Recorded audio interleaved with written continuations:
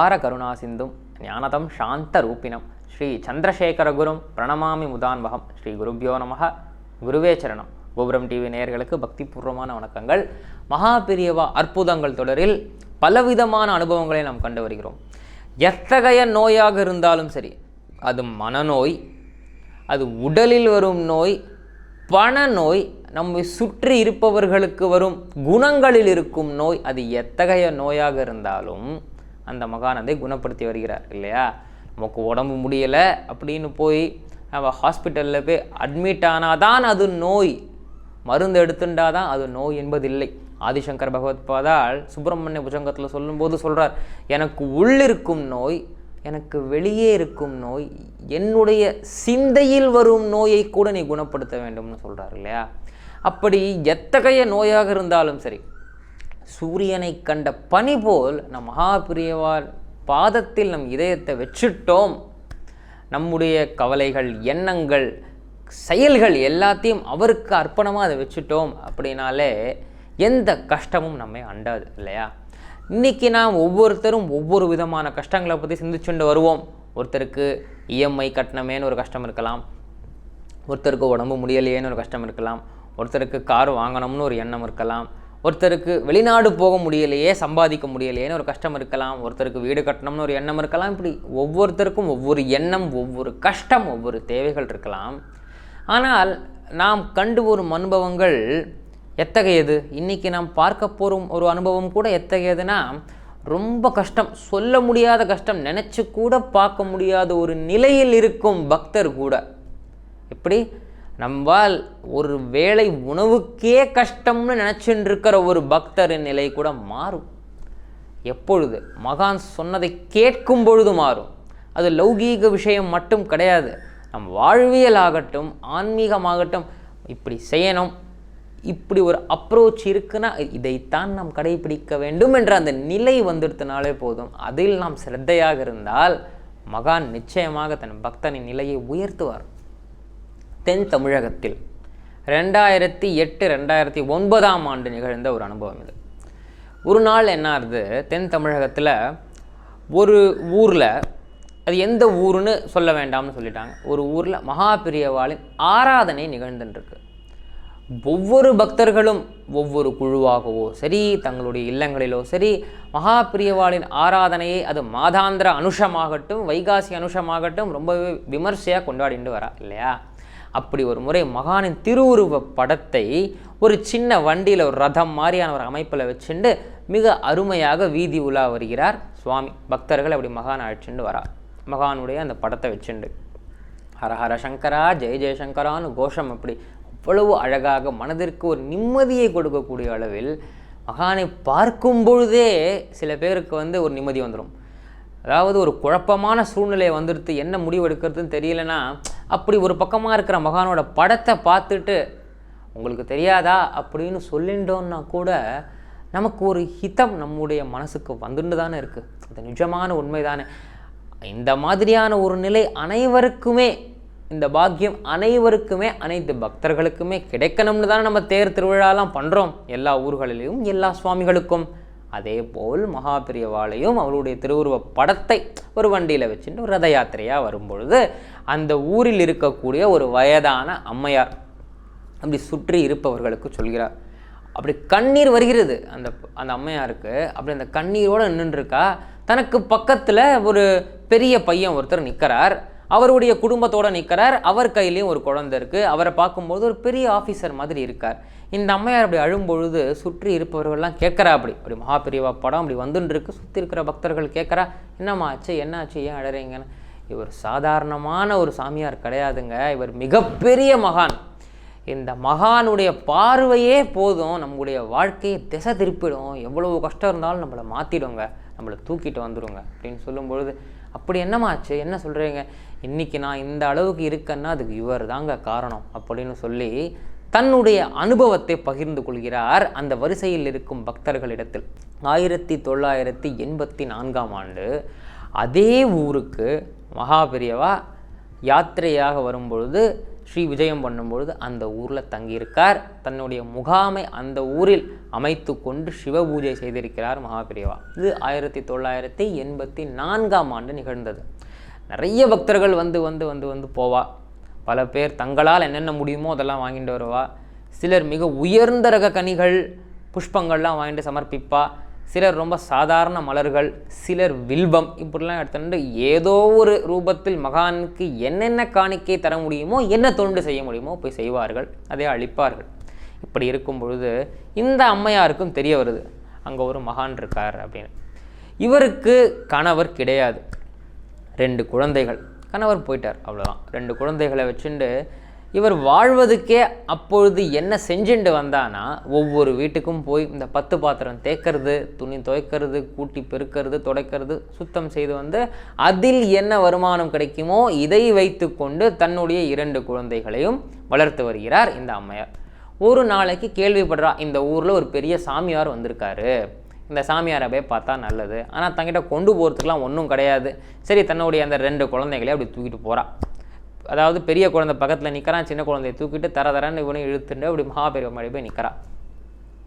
எல்லா பக்தர்களும் அப்படி வந்து போன சமயம் அது. இந்த அம்மையார் 2 குழந்தையோடு நிற்கும்போது மகான் அப்படி பார்த்தாராம் மேலேருந்து. ஆஹா, அவள் பேர் என்னன்னு கேளு அப்படின்னு கேட்டாராம். இந்த அம்மையார் அவருடைய பேர், என் பேர் அஞ்சலைங்க சுவாமி அப்படின்னு சொல்கிறா. அஞ்சலைன்னு பேர். உடனே மகாபெரிவா சிரிச்சாராம். அப்போ நீ எதுக்குமே அஞ்ச மாட்டியா அப்படின்னு கேட்டாராம். ஏன்னா அஞ்சலைனா எதுக்கும் பயப்படலைன்னு ஒரு பொருள் வருது இல்லையா, அப்போ நீ எதுக்குமே அஞ்ச மாட்டியா அப்படின்னு கேட்டு சிரிச்சாராம். இவருக்கு சிரிக்கிறதானு தெரியல, அழறதானும் தெரியல. ஏன்னா தன்னுடைய நிலை ரொம்ப ஒரு பரிதாபத்துக்குரிய நிலை இல்லையா. அதாவது ஒவ்வொரு வீட்டிற்கும் போய் 10 பாத்திரம்லாம் தேய்ச்சிட்டு வந்து தான் வாழணும், அதில் தான் சாப்பிடணும். தனக்குன்னு உடுத்திக்கொள்ள ஒரு நல்ல புடவை கூட கிடையாது, அவளை பார்த்தாலே தெரியறது. பக்கத்தில் அந்த 2 குழந்தைகளுக்கும் கிழிஞ்சு போன சட்டை, கிழிஞ்சு போன அரை ட்ரௌசரோடு தான் வந்து நிற்கிறார்கள், அழுக்கு படிந்த ஆடைகள். மகாபெரிவா அப்படி சொல்லிவிட்டு அவளுக்கு பிரசாதம் கொடுத்து அனுப்பிடுறா. நீ ரொம்ப தைரியமாக இருப்ப போ அப்படின்னு சொல்லி சிரிச்சுட்டே அனுப்பிடுறா. அப்புறம் அந்த பெண் போகிறதுக்கு முன்னாடி ஒரு நிமிஷம், நீ என்கிட்ட என்ன சொன்ன, உன்னுடைய 2வது பையன் டெல்லியில் ஒர்க் பண்ணுறான்னு சொன்னியா அப்படின்னு கேட்டாராம். யாருக்குமே புரியல. ஏன்னா இந்த அம்மையாரை பார்க்கும்பொழுதே தெரிகிறது இவர் தமிழகம் தாண்டி போகிறதே ரொம்ப கஷ்டம் அப்படின்னு. அப்பேற்பட்ட நிலை. இதில் அந்த அம்மையாரை வேறு அழைச்சிண்டு, நீ என்கிட்ட எதாவது சொன்னையா, உன் பையன் டெல்லியில் ஒர்க் பண்ணுறான்னு சொன்னையா, அது ஒரு 2வது பையன் வேறு ரொம்ப சரியாக கேட்குறார். என்னடா அது, இந்த சாமியார் என்னடானா உன்னுடைய 2வது பையன் டெல்லியில் வேலை பார்க்குறானான்னு கேட்குறாரு. 2வது பையன் இங்கே தான் நிற்கிறான், அரைகுறையாக ட்ரௌசரை போட்டுட்டு கிழிஞ்சு போன சட்டையை போட்டுட்டு என் கூட வரான். இந்த சாமியார் எதற்காக இது அப்படி கேட்டார், அதுவும் நீ எதுக்குமே அஞ்ச மாட்டையான்னு வேற கேட்டார் அப்படின்னு நினச்சிண்டே இந்த அம்மையாரும் வீட்டுக்கு வந்துடுறா. ஆனால் எவ்வளவு சிக்கல்கள் வந்தாலும் மகானை பற்றிய அந்த எண்ணம் மட்டும் மாறலை. இந்த மகானை பார்த்துக்கிட்டே இருக்கணும், அடிக்கடி இந்த மகானவே பார்த்துக்கிட்டே இருக்கணும்னு ஏதோ ஒரு உந்துதல் வந்துட்டே இருக்குது. ஆனால் மகானை போய் நேரில் பார்க்க முடியல, ஏதோ ஒரு தயக்கம். ஏன்னா பல பண்டிதர்கள், பல வித்வான்கள், பல மேதைகள், பல பெரிய பணக்காரர்கள், விஐபிக்கள்லாம் ஒரு இடத்துல நம்ம போய் எப்படி நிற்கிறது, ஏதோ பிரசாதம்லாம் வாங்கிட்டு வருவாங்க, நம்மளால் எதுவுமே வாங்கிக்க முடியாது. சரி, மகானோட ஃபோட்டோவை வாங்கி வைக்கலாம்னு பார்த்தா அதுக்கு கூட பணம் வேண்டுமே, அந்த பணம் கூட நம்மள்கிட்ட இல்லையே, என்ன பண்ணுறது அப்படி நினச்சிண்ட அந்த அம்மையார் தினமும் என்ன பண்ணுவாளாம், ஒரு தட்டை எடுத்துப்பாளாம். அந்த தட்டில் ஒரு கற்பூரத்தை வச்சுண்டு நேர வீட்டு வாசலுக்கு வந்து தினமும் காலை சூரியனை நோக்கி ஆரத்தி காட்டுவாளாம், தீபாராதனை காட்டுவாளாம். எங்கே இருந்தாலும் சரி, சுற்றி இருக்கிறதெல்லாம் மகாபெரியவா தான், அந்த மகாபெரியவா தான் அந்த சூரியனில் இருக்காருன்னு ஒரு நம்பிக்கை அந்த அம்மையாருக்கு. அதாவது நம்ம அத்வைத வேதாந்தத்தில் பார்த்துட்டோம்னா அனைத்து பொருட்களின் உள்ளும் அனைத்து ஜீவராசிகளின் உள்ளும் உறைவது அந்த இறைவனே, அந்த பரம்பொருளே, பரபிரம்மம் மட்டுமே அப்படின்னு நம் ஆச்சாரியர்கள் சொல்லியிருக்கிறார்கள். இதை பல நூல்கள், பல வேதங்களையெல்லாம் கரைத்து குடித்தவர்கள் இந்த வேத அபிமானிகளாக இருந்து கொண்டு அதற்கான சாஸ்திரங்களை எல்லாம் எடுத்து கூறிக்கொண்டு எந்த உபனிஷத்தில் இது எந்த வரியில் இருக்குது என்பதை சொல்லிக்கொண்டு இதை பின்பற்றுவோம் இல்லையா. மெத்த படித்தவர்கள் இதைத்தான் செய்வோம். ஆச்சாரியால் எந்த ஊரில் இதை எப்போ சொன்னார், எப்படி சொன்னார் என்பதையெல்லாம் பார்த்து கொண்டு நாம் இதையெல்லாம் கடைபிடிப்போம். ஏன், நாம் படிக்க விழைகிறோம், அதனால் இப்படி செய்கிறோம். எதுவுமே படிக்காத அந்த அம்மையார் கூட மகா பெரியவாளின் மேலிருந்த பக்தி என்ற அந்த ஒரே மார்க்கத்தின் மூலமாக. ஞான மார்க்கம் இருக்குது, ஆனால் பக்தி மார்க்கத்தை எடுத்துக்கொண்ட இந்த அம்மையார், அந்த சூரியன் தான் என் கண்ணுக்கு தெரியறார், அந்த சூரியனில் இருக்கிறது மகா பெரியவா தான் என்பதை உணர்ந்து கொண்டு, இந்த விதமாக மகா பெரியவாளை நினைத்து கொண்டு, இதுவும் அத்வைத்தம் தானே, அதுவும் மகா பெரியவா சுரூபம் தான்னு பார்த்துண்டு சூரியனுக்கு ஆர்த்தி காட்டுவாளாம், ஐயா சாமியை என்னை காப்பாற்று அப்படின்னு. ஆக இத்தகைய உயர்ந்த பக்தியோடு வாழ்ந்து வருகிறாள். மகான் என்ன கேட்டார்? எதுக்குமே அஞ்ச மாட்டையான்னு கேட்டார் இல்லையா?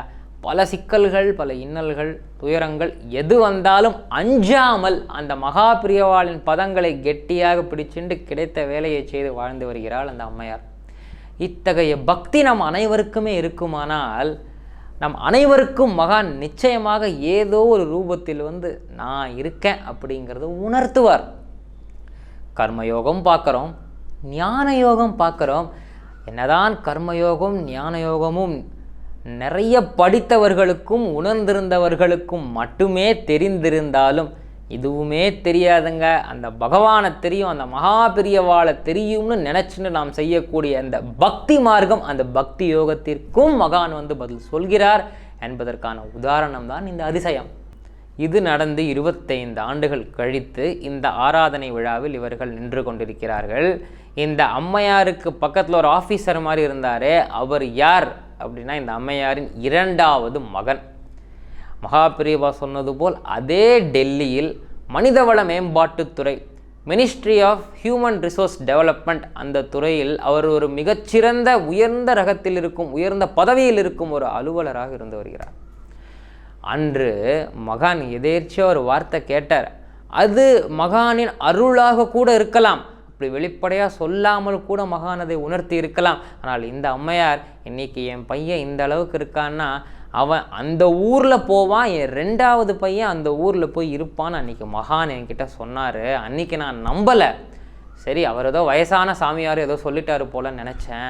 ஆனால் மகான் சொன்னது இன்று சத்தியமாக இருக்கிறது. என் பையன் அதே டெல்லியில் ministry of human resource and டெவலப்மெண்ட்டில் பெரிய எக்ஸிக்யூட்டிவ் ஆஃபீஸர் லெவலில் இருக்காங்க. அவன் இன்றைக்கி படித்து வந்ததுனால தான் எங்கள் குடும்பமே இன்றைக்கி நிம்மதியாக இருக்குது. அது மகா பிரியவாளின் கருணை இல்லாமல் வேற என்னன்னு கேட்டுண்டு அந்த அம்மையார் எப்படி கண்ணீரோடு அழுகிறாள். அப்பொழுது மகா பிரியவா படம் அப்படியே அந்த அம்மையாரை கடந்துட்டு போகிறது. நான் இருக்கேன், எதுக்கு கவலைப்படுறேங்கிற மாதிரி அப்படி கரங்களை அப்படி உயர்த்தி கொண்டு மகான் ஆசீர்வதிப்பதை அனைவரும் கண்டு கழிக்கிறார்கள், ஆனந்த கண்ணீரில் திளைக்கிறார்கள். மகான்கிட்ட போய் நாம் கஷ்டங்களை சொல்லணும்னு அவசியமே இல்லை. மகானை போய் நம்ம வேண்டின்றாலே போதுங்க, அவரை போய் நம்ம பார்க்கணும்னு கூட இல்லை, அவர் நம்மை பார்த்தாலே போதும், நம்முடைய கஷ்டம் எல்லாம் கரைந்து விடும். மகான் எதிர்பார்ப்பது என்ன? அவரை நம்ம குருவாக ஏற்றுட்டோம் அப்படின்னா குரு என்ன சொல்கிறாரோ அதை நம்ம கேட்கணுமா இல்லையா? மகான் சொல்வது என்னென்ன? கோபத்தை விட்டு விடுங்கள், பேராசையை விட்டு விடுங்கள், எது நடந்தாலும் அது இறைவன் சித்தம் என்றிருங்கள், உங்களுடைய கடமையை செய்து கொண்டே இருங்கள், உங்களுக்கானது நிச்சயமாக உங்களை சேரும். அது அருளாக இருந்தாலும் சரி, பொருளாக இருந்தாலும் சரி. சக்ருத் ஸ்மரண மாத்திரேன பவரோக விநாசகே சந்திரசேகர பாதாப்சே வாசேதாம் பிருதிமே சதா.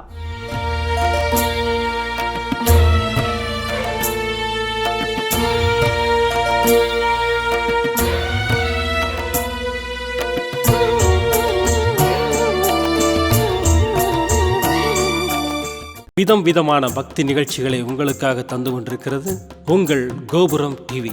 உங்களுக்கு பிடித்த நிகழ்ச்சிகளை லைக் செய்யுங்கள், உங்களுக்கு பிடித்த மாணவர்களுக்கு ஷேர் செய்யுங்கள். மேலும் சப்ஸ்கிரைப் செய்வதோடு மட்டுமல்லாது அருகில் இருக்கும் பெல் பட்டனை கிளிக் செய்து கோபுரம் டிவி நிகழ்ச்சிகளை உடனுக்குடன் தெரிந்து கொள்ளுங்கள். மற்றும் ஒரு மகிழ்ச்சியான செய்தி, கோபுரம் டிவி ஆப்பை கூகுள் பிளே ஸ்டோரில் ஃப்ரீ டவுன்லோட் செய்து கோபுரம் டிவி நிகழ்ச்சிகளை தொடர்ந்து கண்டுகளியுங்கள், பாருங்கள், ரசியுங்கள், பரவசமடையுங்கள். gopuramtv.com பக்தி பக்திமயம்.